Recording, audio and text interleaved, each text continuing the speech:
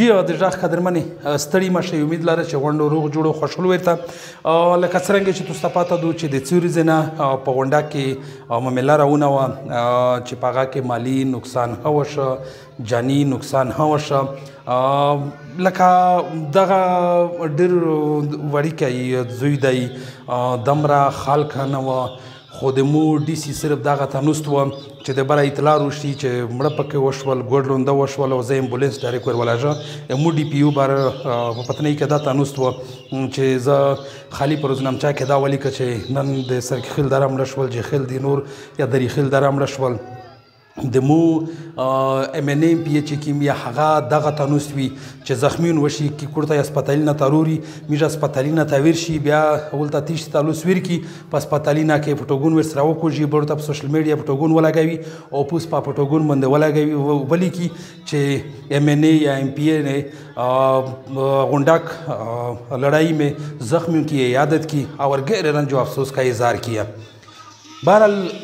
لکه پچار دغه وه ډي سي ته اول پچار وه ډي پي یو ته پچار وه چې دغه معامله په جوړول نه مخه چې دا لنجه جوړېده په دغه نه مخه دوی ته اطلاع وایي دوی ته معلومات وایي دوی ته پته وایي چې کوم کسون داسې سرکش کسون وي هغه دوی اول کنټرول کړي وایي بیا چې معامله جوړه شوه پچار دا وه چې څرنګه هغه اول ورځې کې خلک مرچي ته سره لوډ شوس مرچي ته سره وختل په هغه کې پچار وه چې ډي سي او ډي پي یو دلته چې کومه د سیول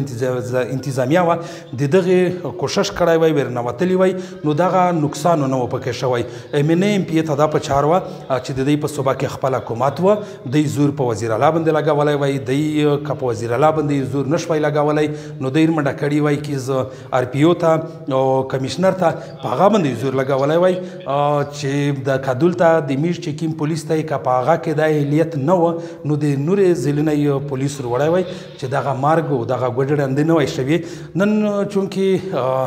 د سکولي بچیون رووتل د علاقې خلک رووت په نیشنل میډیا چې کومه دو د پاکستان میډیا چې کومه د پنجاب میډیا دو په هغه باندې خو دوی ته کوریج میلاو نه شه خو انټرنیشنل میډیا څه داسې چینل وي چې په هغه باندې هغه دوی ته کوریج میلاو شه نو د هغې نه دوی وشرمېدل دلته سیول انتظامیه چې کومه وه د هغې بل ته منډې واللې بیا ډي پي یو خلکو ولا ټول کړی او پولیس هغې منډې سره واللې نو هغې انټرنیشنل میډیا په برکات باندې چې هغه نن کوم وړکه کې وتلي وي کوم احتجاج وشه د هغې په برکت دوی دا ته مجبور شول دلته چې سیول انتظامیه کومه وه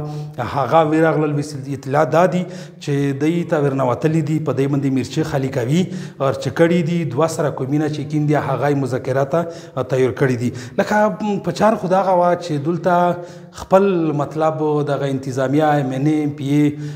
وزیر اعلی د دغه اکشن وخستی وای کیږ د میږ آر پی او چې کوم د هغه اکشن وخستی وای کمیشنر اکشن وخستی وای وزیر اعلی اکشن وخستی وای او د صوبې چې کوم گورنر دی گورنر ته هم دا په چار وه چې گورنر هم د دغه شي نوټس وخستی وای خو بدقسمتي سره تر هغه وخته پورې دوی دا نوټس ونه خست چې مرګ پکې وشو ګوډړندې پکې وشولې پریشانۍ پکې جوړې شولې او ام ان ام پی صاحب ته په چار دو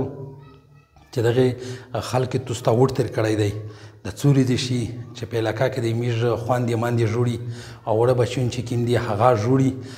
ویرینه دي په دغه علاقه کې چې توس په دا موقع باندې علاقه ته نر درېمئ یو په اسلام آباد باندې نوستی یو په پېښور باندې نوستی بیا په ښې ورځې کې هم در تاک ضرورت نشته دی